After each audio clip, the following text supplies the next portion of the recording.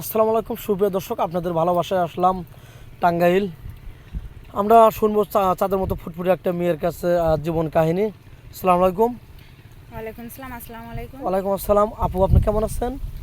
আলহামদুলিল্লাহ ভালো আছি। আপনার ফ্যামিলিতে সবাই কেমন আছে? আমার ফ্যামিলিতে শুধু আমার আম্মু আছে, আর কেউ নাই। আমি এতিম। ও আচ্ছা, আপনার নামটা জানি কি আরেকবার বলবেন প্লিজ? আমার নাম চাঁদনি। আপুর উচ্চতা কতটুক? 5 ফুট 5 ইঞ্চি। এটা প্রশ্ন করার কারণ হচ্ছে অনেক ভাই আছে 6 ফিট বা 5 ফিট 8 ইঞ্চি, এর জন্য বলে এটা মেয়েটার উচ্চতা কতটুকু আপনারা তো জানান না, এই জন্য প্রশ্নটা করলাম। যাই হোক, তোমার আম্মু ভালো আছে? আছে একটু এখন, আল্লাহর রহমতে। তুমি কেমন আছো? আমার আর ভালো থাকা, যেমন? একটা অসহায় মেয়ের কি এর ভালো থাকা আর কি এর কি বলেন? বুঝলাম না। বুঝলেন না?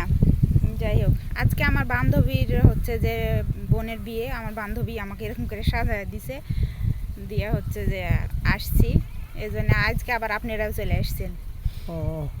আচ্ছা, যাই হোক, তুমি এই যে প্রতিবেদন আর আগে করেছো, কোনো সাড়া পেয়েছো কি? না, আমি প্রতিবেদনে কোনো সাড়া পাইনি এখনো। আচ্ছা, তুমি কেন সাড়া পাচ্ছ না? মানে কি ধরনের তুমি একটা মন চাচ্ছ?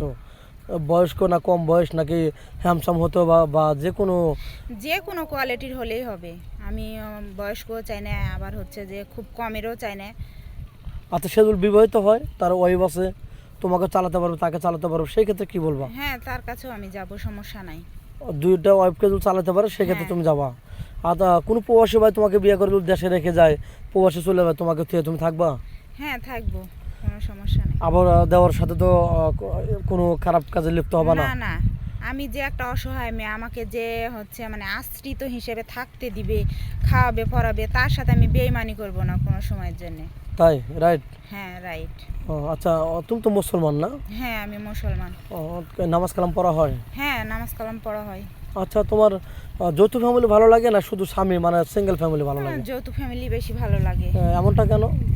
এমনটা কেন, আমি আমার মায়ের কাছে একাই বড় হয়েছি, একা ফ্যামিলির ভালোবাসা বুঝি। আর যৌথ ফ্যামিলিতে থাকলে যে তার থেকে ডবল ভালোবাসা পাবো, এটাই। আচ্ছা, তুমি কি খেতে ভালোবাসো, মানে কি পছন্দ করো বেশি? গরিবের কি খাওয়ানো, আনতে যা পান্তা ফুরায় তার কোনো স্বপ্ন নাই। তাই? আর তোমার স্বামীকে তুমি ভালোবেসে, ভালো একটা স্বামী পেলে, তার মনটাও ভালো পেলে, আদার্স সব দিক দিয়ে ভালো পেলে, তাকে ভালোবেসে কি কি রান্না করে খাওয়াবা? এরকম কোনো আইটেম জানা আছে পাকশাক করার? তাকে কি কি আইটেম রান্না করে খাওয়াবো? রান্না বলতে সব কিছুই পারি।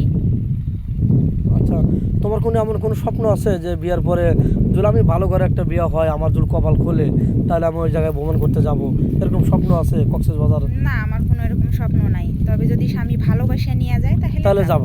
হ্যাঁ। এই তো। যাই হোক, অনেক সুন্দর কথা বলেছো। তোমার এই করুণতা দেখে, তোমার প্রতিবেদন দেখে কেউ যদি তোমাকে বিয়ে করতে চায়, তোমাকে কিভাবে পাবে একটু বলো? আমার কাছে তো আর ফোন না, আমি আর আগেও ভিডিওতে বলছি আমার কাছে ফোন নাই, যেহেতু আমরা অনেক অসহায়, অনেক গরিব। তো আপনারা যদি হেল্প করেন তাহলে হয়তো আমার সাথে যোগাযোগ করতে পারবে। আপনারা শুনতে পারেন, মেয়েটার কোনো ফোন নেই।